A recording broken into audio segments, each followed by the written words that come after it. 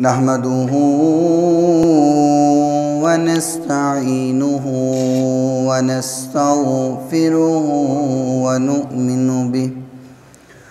ونؤمن به ونتوكل عليه ونعوذ بالله من شرور أنفسنا ومن سيئات أعمالنا من يهده الله فلا مضل له ومن يضلل فلا هادي له وأشهد أن لا إله إلا الله وحده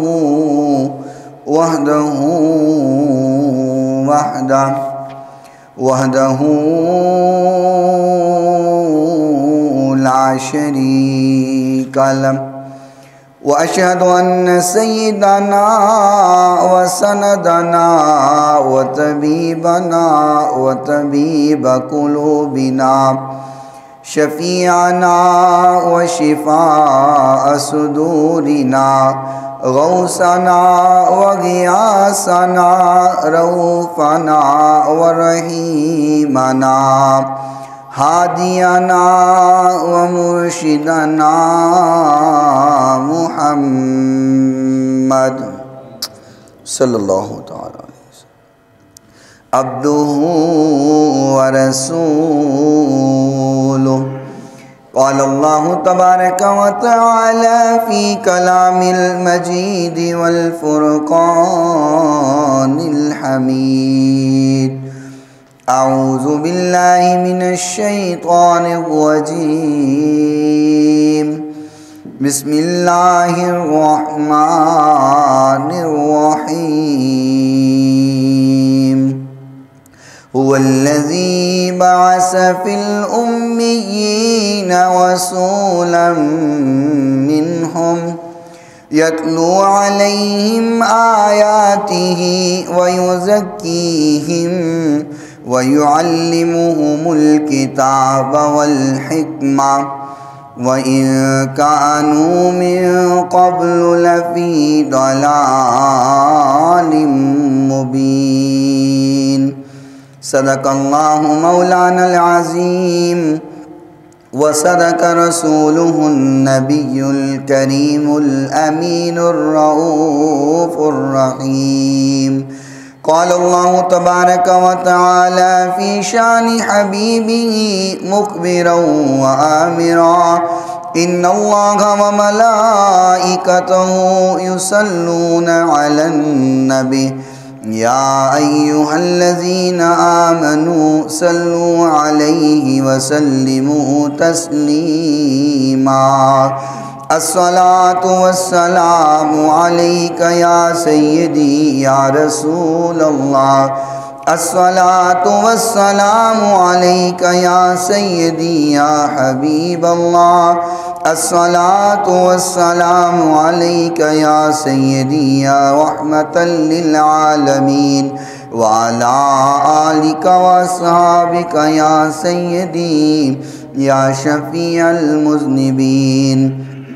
مولاي صل وسلم دائما أبدا على حبيبك خير الخلق كلهم محمد سيد الكونين والثقلين والفريقين من عرب ومن عجم. سرور کہوں کہ مالکو مولا کہوں تجھے،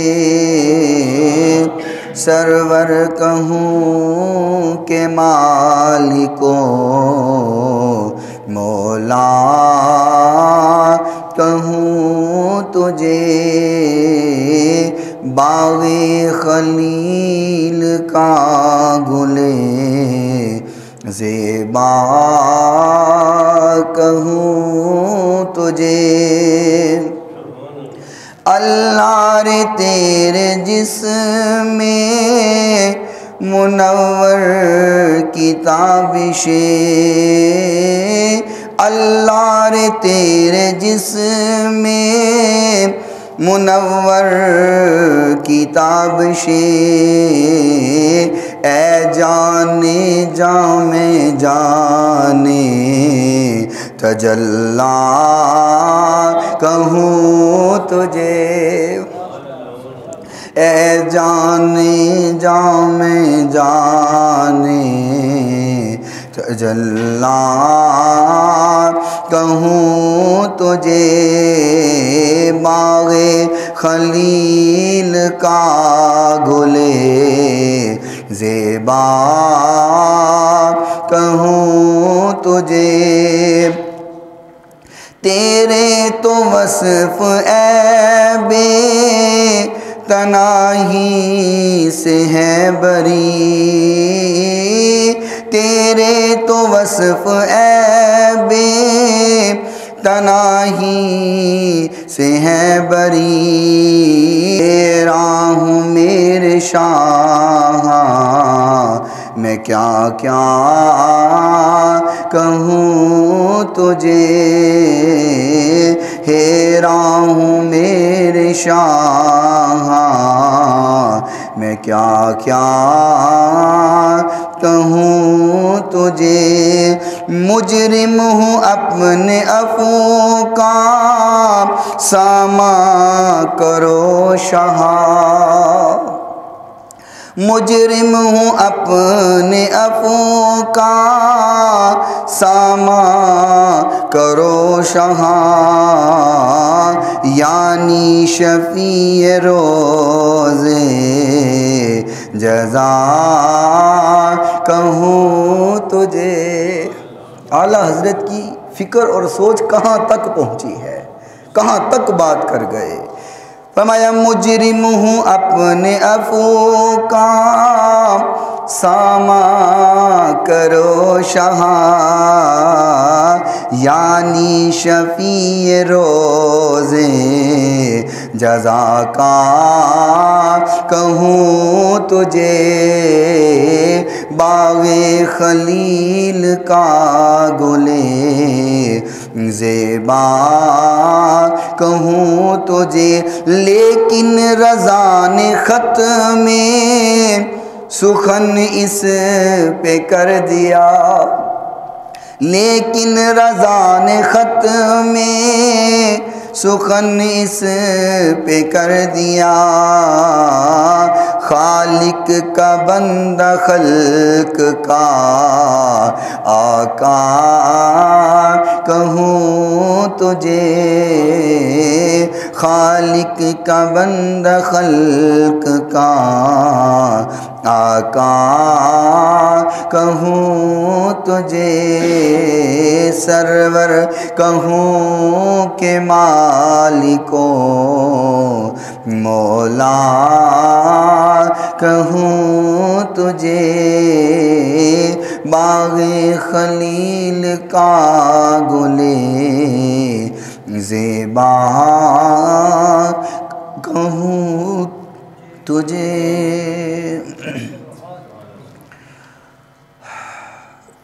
کوئی معبود حقیقی نہیں سوائے اللہ تعالیٰ کے جو اللہ تعالیٰ نے چاہا ہمیشہ وہی ہو کر رہا اور وہی ہو کر رہے گا ریت کے ذرات سے زیادہ پانی کے قطرات سے زیادہ درختوں کے پتوں سے زیادہ درود لامحدود آقائے نامدار پیکر حسن و جمال صاحب شرف و کمال اور سیدہ آمینہ کے لال آقائے کائنات رحمت کائنات فخر کائنات محبت کائنات الفت کائنات چاہت کائنات بہار کائنات نکھار کائنات سنگھار کائنات زینت بزم کائنات وجہ تخلیق کائنات نور کائنات منیر کائنات تنویر کائنات خوشبوئے کائنات، رحمت کائنات، رونق کائنات، وقار کائنات، افتخار کائنات، باعث تخلیق کائنات، مقصود کائنات، نبض کائنات، دانائے سبل، ختم الرسل، مولائے کل، ہادی نور مجسم، شفیع معظم، رحمت دو عالم، رسول محتشم، امام الانبیاء، سید الانبیاء، سید العالمین، خاتم النبیین، خاتم النبیین، خاتم النبیین، رحمت للعالمین، اللہ کے پیارے، دکھی دلوں کے سہارے، امت کے سہارے، صبح کائنات کے شمس الضحیٰ، شام کائنات کے بدر الدجا، علم نشرح کے روشن سینے والے،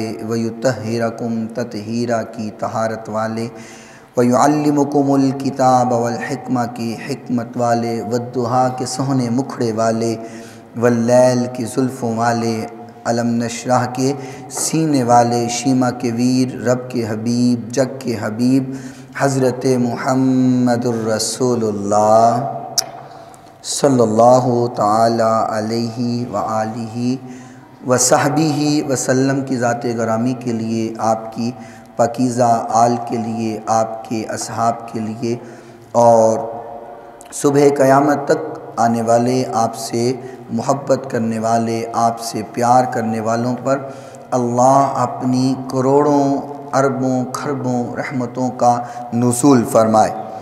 اور آج کے اس مختصر وقت میں جس بات کو آپ کے گوش گزار کیا جائے، آپ کے سامنے بیان کیا جائے، بیان کرنے کے بعد خالق کائنات سب سے پہلے مجھے اور سننے کے بعد آپ تمام سامعین کو اللہ عمل پیرا ہونے کی توفیق عطا فرمائے، اور ہمارا مل بیٹھنا اپنی بارگاہ میں خالق کائنات، آقا کائنات کے صدقے سے مقبول و منظور فرمائے،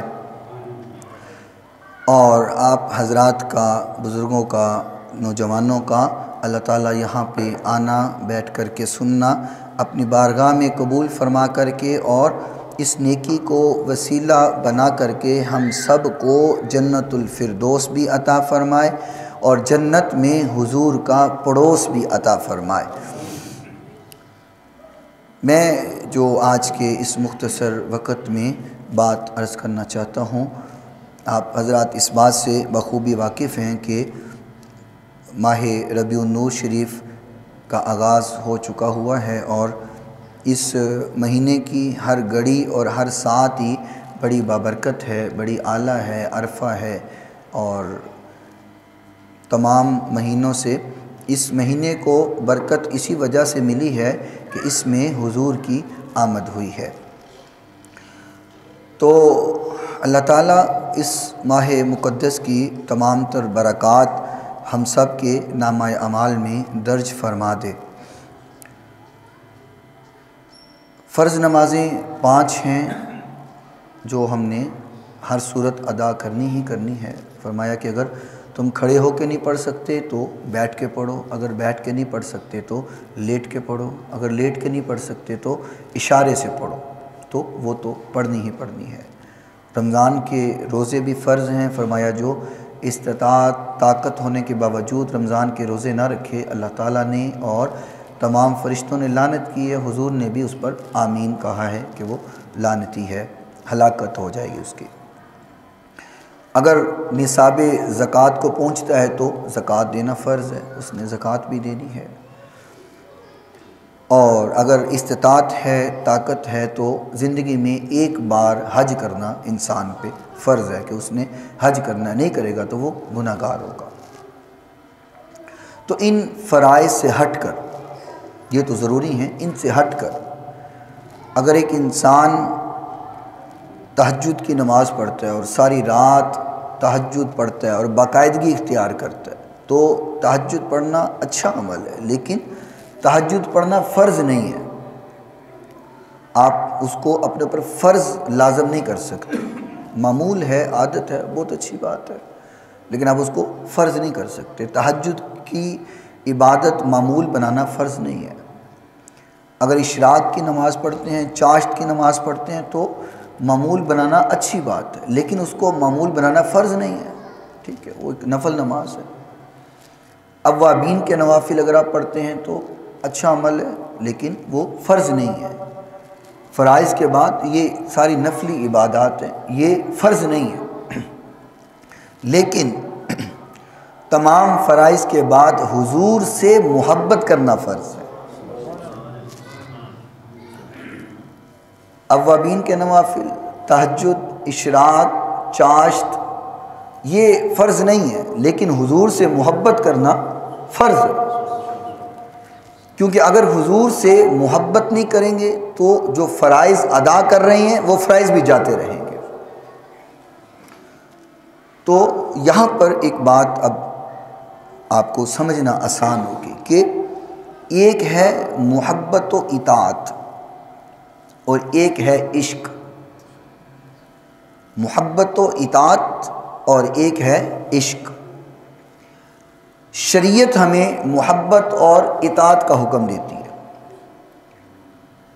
پورے قرآن مجید کا آپ مطالعہ کریں اور ذخیرہ احادیث کا مطالعہ کریں تو آپ جہاں پر بھی پڑھیں گے آپ کو محبت اور اطاعت کا درس ملے گا۔ شریعت آپ کو محبت اور اطاعت کا حکم دیتی ہے کہ آپ نے حضور سے محبت کرنی ہے اور محبت کے نتیجے میں اطاعت کرنی ہے۔ آپ قرآن مجید فرقان حمید کی آیہ مبارکہ سماعت کریں، فرمایا قُلْ إِن كُنتُمْ تُحِبُّونَ اللَّهَ، اگر تم چاہتے ہو اللہ تم سے محبت کرے تو کرنا کیا ہے؟ فَاتَّبِعُونِي، حضور علیہ السلام کے پیروکار بن جانا ہے، آپ کی پیروی کرنی ہے، اطاعت کرنی ہے۔ تو اطاعت کرو گے تو کیا ہوگا؟ یحببکم اللہ، اللہ تمہیں اپنا محبوب بنا لے گا۔ تو یہاں پر بھی اللہ کی محبت کے لیے جو حکم ہو رہا ہے وہ اطاعت و فرما برداری کا ہو رہا ہے۔ تو غرض مختصر بات یہ کروں کہ پورے قرآن و حدیث میں اور پوری شریعت مطہرہ میں آپ کو عشق کی ڈیفینیشن نہیں ملے گی۔ جہاں بھی آپ پڑھیں گے محبت اور اطاعت کی ملے گی، اور اگر عشق کو سمجھنا چاہتے ہو تو پھر صحابہ کرام کی زندگی کو دیکھ لو، یا یوں کہوں کہ شریعت کے اندر محبت اور اطاعت کی بات ہے، لیکن اس کی تفسیر جو صحابہ نے کی ہے وہ عشق مصطفیٰ کے ساتھ کی ہے۔ آپ کو سمجھنے میں شاید ابھی مشکل ہوئی ہو، میں اس کو آسان کر دیتا ہوں، یہ لفظ جو ہے آسان کر دیتا ہوں کہ جیسے کہ ایک پانی ہے برتن کے اندر، تو اس میں انسان کا اگر کوئی کپڑا رومال پاک بھی ہے تو اگر آپ اس پانی کے اندر اس طرح کپڑے کو ڈبو کر کے نکال لیں گے تو پھر وہ پانی مستعمل ہو جائے گا، وہ پھر وضو کے قابل نہیں رہے گا، آپ اسے وضو نہیں کر سکتے، حالانکہ آپ کا وہ کپڑا پاک ہے۔ اگر پانی میں ڈبو دیا گیا اور نکال لیا گیا تو وہ مستعمل ہو گیا، وضو کے قابل وہ نہیں رہا۔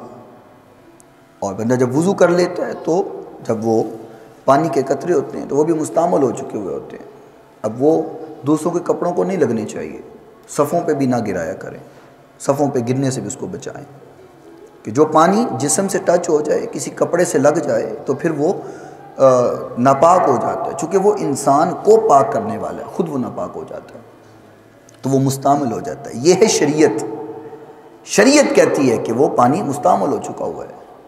لیکن عشق کیا کہتا ہے؟ عشق یہ کہتا ہے کہ حضور کے وضو کے قطرے گر رہے ہوں تو صحابہ زمین پہ نہیں گرنے دیتے، اپنے ہاتھوں پہ لگا کر کے اپنے منہ پہ مل لیتے۔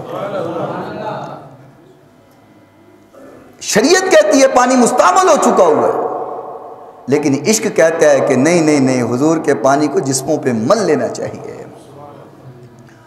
اور میں نے پہلے عرض کیا کپڑا اگر پانی میں ڈال دیا جائے تو وہ وضو کے قابل نہیں رہتا، لیکن کہنے والے کہتے ہیں کہ ہمارے گھر میں حضور کا جبہ مبارک پڑا ہوا ہے تو ہم اس جبہ مبارک کو پانی میں ڈبو دیتے ہیں، تو پھر کیا حکم ہے؟ شریعت کہتی ہے کہ مستعمل ہو گیا ہے پانی، لیکن عشق یہ کہتا ہے کہ جبہ جب حضور علیہ السلام کا ہے تو وہ پانی میں ڈل بھی جائے تو پانی پھر بھی پاک رہتا ہے، کیونکہ لوگوں کو پانی پاک کرتا ہے، لیکن میرے جسم، میرے محبوب کے جسم اقدس، پانی میرے محبوب کے جسم کو پاک نہیں کرتا، بلکہ میرے نبی کا جسم پانی کو پاک کرتا ہے۔ فرمایا لیکن خیال رکھنا اس پانی سے وضو ضرور کرنا پر پاؤں نہ دھونا، ان سے پاؤں نہ دھونا، وضو کر لینا، پاؤں نہ دھونا۔ تو شریعت مطہرہ ہمیں محبت اور اطاعت کا حکم دیتی ہے، لیکن صحابہ کی زندگی ہمیں عشق کا درس دیتی ہے۔ تو اللہ تعالی ہمیں حضور کی سچی محبت بھی عطا فرمائے، حضور کی اطاعت بھی عطا فرمائے اور عشق مصطفیٰ بھی عطا فرمائے۔ کیونکہ وجہ یہ ہے، محبت اور اطاعت میں بیک گیئر لگ جاتا ہے، بندہ ریٹرن ہو سکتا ہے۔ آپ علیہ السلام کے زمانہ میں کئی لوگ مرتد ہو گئے، کلمہ پڑھنے کے بعد مرتد ہو گئے۔ جو انسان صرف محبت کی حد تک محدود رہے اور صرف اطاعت و فرما برداری کی حد تک محدود رہے تو اس کے ایمان میں کمی واقع ہو سکتی ہے، کیونکہ انسان کا ایمان کم بھی ہوتا رہتا ہے، زیادہ بھی ہوتا رہتا ہے۔ بخاری شریف کی حدیث ہے، کتاب الایمان کی ابتدا امام بخاری رحمۃ اللہ علیہ نے اس حدیث سے فرمائی ہے۔ ہمیں بنی الاسلام علی خمس وہو قول وفعل ویزید وینقص، فرمایا اسلام کی 5 بنیادیں ہیں، ان کا تعلق انسان کی زبان سے بھی ہے، ان کا تعلق انسان کے عمل سے بھی ہے، اور فرمایا انسان کا ایمان کبھی زیادہ ہوتا ہے کبھی کم ہوتا ہے۔ یہ سلسلہ چلتا رہتا ہے کہ جب انسان جتنا قرآن و حدیث کے قریب آتا ہے تو اس کا ایمان بڑھنا شروع ہو جاتا ہے، اور جتنا دور ہوتا چلا جاتا ہے تو ایمان کا لیول کم ہونا شروع ہو جاتا ہے، نیچے آنا شروع ہو جاتا ہے۔ تو خالی ایمان لے آنے کے بعد صرف محبت جو ہے اس میں انسان لوٹ سکتا ہے، واپس ہو سکتا ہے، لیکن جو عشق ہے وہ انسان کو واپس نہیں ہونے دیتا۔ عشق تو آگ میں چھلانگے لگوا دیتا ہے، اور عشق جو ہے وہ آگ کے کنووں کے اندر بھی چھلانگے لگانے پہ مجبور کر دیتا ہے۔ تو عشق میں انسان واپس نہیں ہوتا، محبت میں واپس ہو سکتا ہے، پیار میں واپس ہو سکتا ہے، لیکن عشق انسان کو کامیابی تک لے کر کے جاتا ہے۔ یا یوں بھی کہا جا سکتا ہے کہ شریعت یہ ہے کہ فرض کی نماز پڑھو اور گھر چلے جاؤ، ہیں جی، لیکن عشق یہ ہے کہ وہ کہتا ہے بیٹھے رہو، اب ذرا اشراق بھی پڑھ کر کے جانا۔ اطاعت و فرما برداری اور شریعت یہ ہے کہ عشاء کی نماز پڑھو، وطر پڑھو تو گھر چلے جاؤ، لیکن عشق یہ ہے کہ وہ کہتا ہے ساری رات بیٹھ کر کے اپنے اللہ کو یاد کرو۔ تو بہرحال عرض یہ کر رہا تھا، تمہیدی کلمات تھوڑے سے لمبے ہو گئے، عرض یہ کر رہا تھا کہ اللہ تعالیٰ ہمیں حضور کی محبت بھی عطا فرمائے، حضور کی اطاعت بھی عطا فرمائے اور حضور کا عشق بھی عطا فرمائے، کیونکہ خالق کائنات نے ایمان کی جو کسوٹی بتائی ہے وہ صحابہ اکرام کی زندگی بتائی ہے۔ فَمَا فَإِنْ آمَنُوا بِمِثْلِ مَا آمَنْتُمْ بِهِ فَقَدِ اهْتَدَوْا۔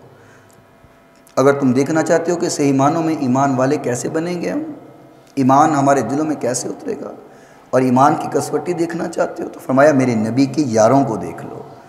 میرے نبی کے یاروں نے عشق کر کے دکھایا ہے، محبت کر کے دکھائی ہے۔ یا میں یوں بھی کہوں تو غلط نہیں ہوگا کہ محبت اور اطاعت یہ ہے کہ گھر کا آدھا سامان لے کر کے عمر آئے، اور عشق یہ ہے کہ ابو بکر کے گھر میں جھاڑو پھروا دے۔ یہ ہے محبت اور عشق۔ تو کائنات کے اندر ہر چیز چونکہ بنی ہی میرے محبوب کے لیے ہے، خالق کائنات نے یہ کائنات سجائی ہی آقا کائنات کے لیے۔ ہر ایک چیز بنی ہے میرے نبی کے لیے، محبت سے ذرا جس کا ایمان ہے وہ تو بولے گا، اور ساتھ مل کر کے یہ الفاظ کہنا ہے کہ میرے نبی کے لیے ہر ایک چیز بنی ہے میرے نبی ہر ایک چیز بنی ہے میرے نبی کے لیے، یہ کائنات سجی ہے میرے نبی یہ کائنات سجی ہے میرے نبی کے لیے، وہ آئے عرش سے واپس تو جام جا آئی، وہ آئے عرش سے واپس۔ دیکھو نا، آپ علماء سے سنتے ہیں کہ کنڈی رکی ہوئی تھی، جب آئے تو ہل ویسے ہی رہی تھی، پانی ویسے ہی چل رہا تھا، تو وجہ کیا تھی کہ وہ آئے عرش سے واپس تو جام جا آئی، جہاں کی نبض رکی ہے میرے نبی، جہاں کی نبض رکی ہے میرے نبی۔ تو اعلیٰ حضرت بولے، اعلیٰ حضرت نے کیا فرمایا؟ فرمایا تو جان ہے جہان کی، تو جان ہے جہان کی، جان ہے تو جہان ہے۔ وہ آئے عرش سے واپس تو جام جا آئی، جہاں کی نبض رکی ہے میرے نبی، جہاں کی نبض رکی ہے میرے نبی کے لیے،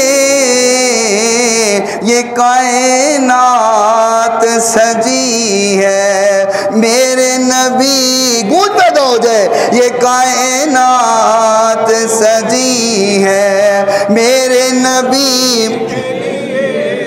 وہ جس کا نام ہے یوسف قسم سے اقصیٰ میں، وہ جس کا نام ہے یوسف قسم سے اقصیٰ میں، موجود سارے نبی ہیں، موجود سارے نبی ہیں میرے نبی، موجود سارے نبی ہے میرے نبی کے لیے، ہر ایک چیز بنی ہے میرے نبی کے لیے، یہ کائنات سجی ہے میرے نبی۔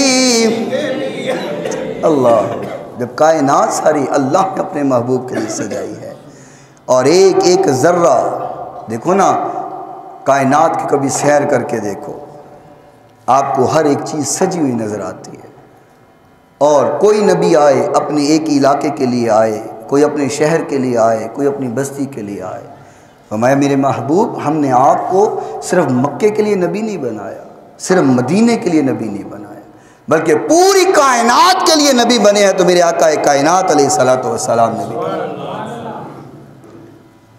تو ہم پھر جب حضور آ گئے ہیں اور آقا کائنات کے آنے کی آمد ہے، تو پھر ہم خوشی کیوں نہ منائیں کہ جن کے آنے سے ہمارے دل جگمگائے ہیں، ہمارے دل کھلکھلا اٹھے ہیں، ہمارے دل خوش ہو گئے ہیں، اور یہ حضور کی آمد ہے کہ آج ہم ایمان والے ہیں۔ آج مسجد میں بیٹھ کر کے اگر میں بیان کر رہا ہوں، آپ سن رہے ہیں، تو یہ میرے محبوب پیغمبر کی آمد کی وجہ ہے، وگرنہ ہم بھی کوئی لات منات عزا کو پوج رہے ہوتے۔ یہ حضور علیہ السلام کی آمد ہے کہ آقا کائنات نے آ کر کے اس کائنات کے اندھیرے کو مٹا دیا اور ضلالت سے نکال کر کے ہمیں اللہ کا رستہ دکھا دیا۔ آج لوگ کہتے ہیں کہ صرف اللہ اللہ کرو، صرف اللہ کی بات کرو، کسی کی بات کی ضرورت نہیں، اللہ اللہ کی بات کرو۔ تو میں کہا کرتا ہوں، تمہیں اللہ کا تعارف کروایا کس نے ہے؟ تمہیں اللہ کے بارے میں بتایا کس نے ہے؟ اللہ اللہ تو کرنا ہے، لیکن ہم نے اللہ کو دیکھا ہی نہیں ہے، نہ کائنات کو بناتے دیکھا ہے۔ اللہ کو اس لیے مانا ہے کہ محبوب کائنات نے منوایا ہے۔ آقا نے کہا ہے کہ اللہ ایک ہے، وحدہ لا شریک ہے، قل هو اللہ احد اللہ الصمد لم یلد ولم یولد ولم یکن لہ کفوا احد۔ یہ تعارف میرے محبوب پیغمبر نے کروایا ہے۔ تو یہاں پر اگر بڑے عاجز ہو کر کے ہم اللہ سے سوال کریں کہ خالق تو ڈائریکٹ بھی تو کہہ سکتا تھا نا، خود ہی کہہ دیتا میں ایک ہوں، خود ہی کہہ دیتا میں وحدہ لا شریک ہوں، خود ہی کہہ دیتا میرا کوئی ہمسر نہیں ہے، نہ میری کوئی اولاد ہے نہ میں کسی کی اولاد، خود ہی کہہ دیتا، محبوب سے کہلوانے کی کیا ضرورت ہے؟ کیوں بھئی خالق اس بات پہ قادر تھا کہ نہیں؟ بولو نا، اللہ ڈائریکٹ بھی تو کہہ سکتا تھا نا، ڈائریکٹ بھی تو تعارف کروا سکتا تھا، ڈائریکٹ بھی اپنی توحید سمجھا سکتا تھا، لیکن محبوب کو درمیان میں لانے کا مقصد کیا ہے؟ مقصد یہ ہے کہ کائنات کے اندر لوگوں کو سمجھ آ جائے کہ جو کہتے ہیں کہ صرف اللہ کی بات کرو اور صرف اللہ کے پاس آ جاؤ، حضور کی بات کرنے کی ضرورت نہیں ہے، خالق نے یہ سمجھایا ہے لوگوں اگر ڈائریکٹ میری تک پہنچنے کا مسئلہ ہوتا تو میں ڈائریکٹ تمہیں توحید سنا دیتا، اگر توحید میں نے اپنے نبی کے رستے سے تمہیں سمجھائی ہے تو سمجھ جاؤ تمہاری توحید بھی تب قبول ہوگی جب میرے نبی کے رستے پر آ جاؤ گے۔ اللہ، تو اقبال بھی یہاں پہ جھوما، کہو نئی پھول تو بلبل کا ترنم بھی نہ ہو، پھر بولو ذرا سبحان اللہ، ہو نئی پھول تو بلبل کا ترنم بھی نہ ہو، چمن دہر میں کلیوں کا تبسم بھی نہ ہو نہ یہ ساقی نہ ہو تو پھر میں بھی نہ ہو، خم بھی نہ ہو، بزم توحید کی یہ دنیا بھی نہ ہو، تم بھی نہ ہو، اور خیمہ افلاک استادہ اسی نام سے ہے۔ اقبال کہتا ہے یہ جو آسمان کھڑا ہے نا بغیر ستونوں کے، بغیر سہارے کے، اگر دل میں خیال آئے کہ یہ کیسے کھڑا ہے، ستون کوئی نہیں ہے، یہاں ہم نے ایک چھت ڈال دی ہو تو کتنے ستون ڈالنے پڑ جاتے ہیں، بیم ڈالنے پڑ جاتے ہیں، سہارے دینے پڑ جاتے ہیں۔ اقبال نے کہا اگر خیال آئے نا کہ یہ آسمان بغیر ستونوں کے کیسے کھڑا ہے تو پھر سمجھ جانا یہ حضور کے نام سے کھڑا ہے۔ خیمہ افلاک استادہ اسی نام سے ہے، نبض ہستی تپش آمادہ اسی نام سے ہے۔ کہاں ہماری نبضیں بھی چل رہی ہیں تو حضور کے نام سے چل رہی ہیں۔ اللہ اکبر۔ آج کوئی کہتا رہے کہ چھوڑو جی کیا میلاد کرنا ہے، کیوں میلاد مناتے ہو تم، میلاد حضور کی خوشی کیوں مناتے ہو؟ میں نے کہا یہ تو آج کی تو بات ہی نہیں ہے، یہ تو شروع سے حضور کا میلاد مناتے آئے ہیں، لوگ مناتے رہے ہیں۔ حضرت شیخ عبدالحق محدث دہلوی علیہ رحمہ اللہ تعالی فرماتے انما یکون جزاء الموالد التی یحتفل بها الناس، فرمایا یہ حضور کا میلاد شروع سے ہی منایا جا رہا ہے، یہ ان کی بات کر رہا ہوں، یہ تو 100-150 سال پہلے کی بات ہے جب سے انہوں نے سب کچھ روک دیا ہے۔ اور جہاں پر حضور علیہ السلام کی ولادت ہوئی ہے، جو جائے ولادت ہے، وہاں پر شاہ عبدالحق محدث دہلوی فرماتے ہیں وہاں حضور کی محفل سجا کرتی تھی، ہر میلاد کی رات کو، ہر سال میلاد کی رات کو محفل سجا کرتی تھی۔ آج انہوں نے وہاں پہ لائبریری بنا دی ہوئی ہے۔ تو فرمایا کہ انما یکون جزاء الموالد التی یحتفل بها الناس، یہ تو لوگ شروع سے مناتے ہیں حضور کا میلاد۔ تو پوچھا گیا ملتا کیا ہے؟ حضور کا میلاد اگر منایا جائے تو حاصل کیا ہوتا ہے؟ فرمایا یدخلہم اللہ تعالی جنات نعیم، ترجمہ سناؤں گا پھر جھوم جاؤ گے۔ فرمایا یدخلہم اللہ تعالی جنات النعیم، اللہ میلاد منانے والے کو جنت النعیم عطا فرما دیتا ہے۔ اللہ اکبر۔ فرمایا وہ بفضلہ وکرمہ ولا یزال اہل الاسلام یحتفلون بالمولد مولد النبی الشریف ویعملون الولائم فرمایا وَيَتَصَدَّقُونَ بِأَنْوَاعِ الصَّدَقَاتِ وَيُظْهِرُونَ الْفَرْحَةَ وَالسُّرُورَ وَيُنْفِقُونَ الْأَمْوَالَ وَيَأْتَنُونَ بِقِرَاءَةِ مَوْلِدِ الشَّرِيفِ وَيُزَيِّنُونَ الْبُيُوتَ وَيُنَزِّلُ اللَّهُ تَعَالَى عَلَيْهِمْ رَحْمَتَهُ بِهَذِهِ الْأَعْمَالِ الصَّالِحَةِ۔ حضرت شیخ عبدالحق محدث دہلوی علیہ رحمہ اللہ تعالیٰ فرماتی ہیں، فرمایا شروع سے ہی حضور کا میلاد بھی منایا جاتا رہا ہے اور اس رات صدقہ بھی کیا جاتا رہا ہے، کھانے پکا کر کے بانٹے بھی جاتے رہے ہیں اور لوگوں کو کھانے کھلائے بھی جاتے رہے ہیں۔ اور فرمایا اس خوشی کے اندر، حضور کی ولادت کی خوشی کے اندر لوگ وَيُزَيِّنُونَ الْبُيُوتَ، فرمایا لوگ اپنے گھر بھی سجاتے آئے ہیں۔ یہ کوئی نئی بات تھوڑی ہے، لوگ کہتے ہیں نواں کام شروع کر دیتے۔ میں نے کہا شیخ عبدالحق محدث دہلوی فرما رہے کہ یہ شروع سے ہی عمل ہوتا رہا ہے اور لوگ اپنے گھروں کو سجاتے بھی رہے ہیں۔ وَيُنَزِّلُ اللَّهُ تَعَالَى عَلَيْهِمْ رَحْمَتَهُ بِهَذِهِ الْأَعْمَالِ الصَّالِحَةِ، فرمایا کہ جو بندہ یہ عمل کرتا ہے، یہ نیک عمل، فرمایا کہ اعمال الصالح، یہ اچھا عمل کرتا ہے، نیک عمل کرتا ہے، تو اس کو ملتا کیا ہے؟ فرمایا وَيُنَزِّلُ اللَّهُ تَعَالَى عَلَيْهِمْ رَحْمَتَهُ، اس کے اوپر اللہ کی طرف سے رحمتیں اترنا شروع ہو جاتی ہیں، اللہ کی رحمتوں کا نزول ہوتا ہے۔ اور پھر جس کو حضور مل جائے اس کو تو سب کچھ ہی مل جاتا ہے۔ بات تو حضور سے ہے، جس کو حضور کی ذات مل جائے، حضور کی محبت مل جائے، حضور کا پیار مل جائے، اس کو تو سب کچھ عطا ہو جاتا ہے۔ لوگ پوچھتے ہیں بھئی ملتا کیا ہے، حاصل کیا ہوتا ہے، اور تم پاتے کیا ہو اور حاصل کیا کرتے ہو؟ دنیا کا کوئی لذت ملتی ہے؟ دنیا کی کوئی چیز ملتی ہے؟ میں نے کہا ہمیں اور کچھ نہیں ملتا، صرف حضور کی ذات مل جاتی ہے۔ تو حضور کی ذات مل جائے تو پھر کیا ہوتا ہے؟ پھر کیا ہوتا ہے؟ مل گئے مصطفیٰ اور کیا چاہیے۔ یہ تو حاصل کلام شعر ہے نا، یہ تو بچے بچے کو آتا ہے۔ ہم آج اس لیے پڑھ رہے ہیں کہ حضور کے چاہنے والوں ثنا خوانوں میں ہمارا شمار بھی ہو، تو کوئی لب خاموش نہ رہے۔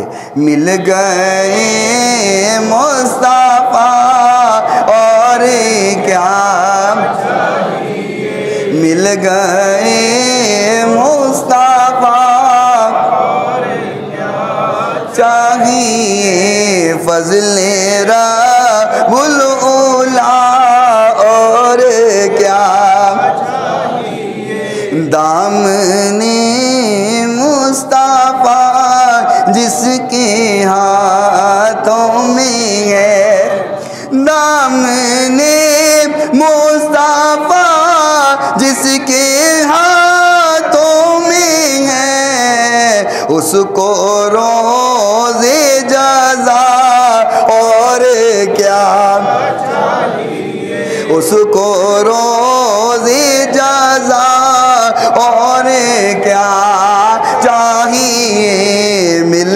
گئے مصطفیٰ اور کیا چاہیے، گنبد سبز خوابوں میں آنے لگا، گنبد سبز خوابوں میں آنے لگا، گنبد سبز خوابوں میں آنے لگا، حاضری کا صلہ اور کیا چاہیے، حاضری کا صلہ اور کیا چاہیے، بھیگ کے ساتھی ان کے دربار سے، بھیگ کے ساتھی ان کے دربار سے، مل رہی ہے دعا اور کیا چاہیے، مل گئے مصطفیٰ اور کیا چاہیے، میرے میرے محترم سامعین، آقا کائنات علیہ السلام کی ولادت باسعادت ہوئی ہے۔ میرے نبی دنیا میں آئے، آقا کائنات کی ولادت ہوئی ہے۔ البدایہ والنہایہ میں امام ابن کثیر نے لکھا، فرمایا ان ابلیس رن اربع رنات حین لعنا وحین اہبتا وحین ولدا رسول اللہ صلی اللہ علیہ وسلم وحین انزلت الفاتحۃ۔ آقا کائنات علیہ السلام نے فرمایا شیطان زندگی میں 4 بار رویا گئے۔ کتنی بار؟ 4 بار رویا ہے شیطان، 4 بار رویا۔ فرمایا پہلی بار تب رویا ان ابلیس رن اربعۃ رنات حین لعنا، فرمایا 4 بار زندگی میں رویا۔ پہلی بار تب رویا جب اللہ نے اس کو لعنتی کر دیا، جب اس پہ لعنت برسی ہے، جب لعنتی ہوا ہے، اللہ نے جب لعنتی کیا ہے تب ابلیس رویا ہے۔ فرمایا لعن وحین اہبت، لعنتی بن گیا تو وہ رویا۔ وحین ولد رسول اللہ صلی اللہ علیہ وسلم، جب اللہ نے محبوب کائنات کو پیدا کیا ہے شیطان تب بھی رویا ہے۔ حدیث پڑھو، اپنے سے بات نہیں کر رہا، البدایہ والنہایہ کی حدیث پڑھ رہا ہوں اور ابن کثیر کی لکھی ہوئی کتاب کی پڑھ رہا ہوں۔ یہ مفسر بھی ان کا ہے جو کہتے ہیں کتھوں میلاد کڈے ہے، اور ہم تبھی تو کہتے ہیں، تبھی تو گلی گلی کوچا کوچا نگر نگر شہر شہر ایک ہی جملہ بولتے ہیں کہ نثار تیری چہل پہل پر ہزاروں عید ربیع الاول۔ ذرا بولو سبحان۔ نثار تیری چہل پہل پر ہزاروں عید ربیع الاول، سوائے ابلیس کے سبھی تو خوشیاں منا رہے ہیں۔ حدیث سنا رہا ہوں، فرمایا شیطان رویا جب وہ لعنتی کیا گیا تب رویا، جب زمین پہ اتارا گیا تب رویا، جب میرے نبی دنیا میں آئے تب رویا، اور جب سورہ فاتحہ نازل ہوئی شیطان تب رویا، پٹیا پٹیا رویا۔ حضور کی آمد پر شیطان رویا اور عاشق خوش ہویا۔ شیطان رویا تے عاشق خوش ہویا، عاشق خوش ہو گیا، شیطان رونے لگ گیا۔ مکے کے اندر خوشیاں بانٹی جا رہی ہیں۔ ابو لہب کہتا ہے سویبہ آزاد ہو جا، بخاری شریف کی حدیث ہے۔ آج لوگ کہتے ہیں یہ کتوں آ گیا؟ میں نے کہا بخاری شریف کی حدیث ہے، جس کو تم کے بخاری بخاری کرتے رہتے ہو، بخاری شریف کی حدیث ہے۔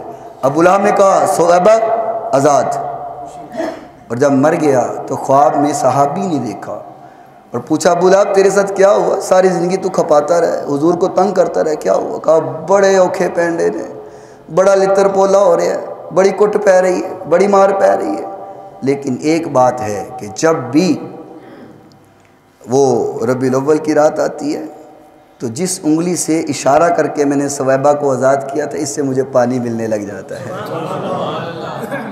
وہ ابو لہب محمد بن عبداللہ کا انکار کرے اور اب محمد بن عبداللہ کی خوشی منائے تو اس کو انگلی سے پانی ملتا ہے۔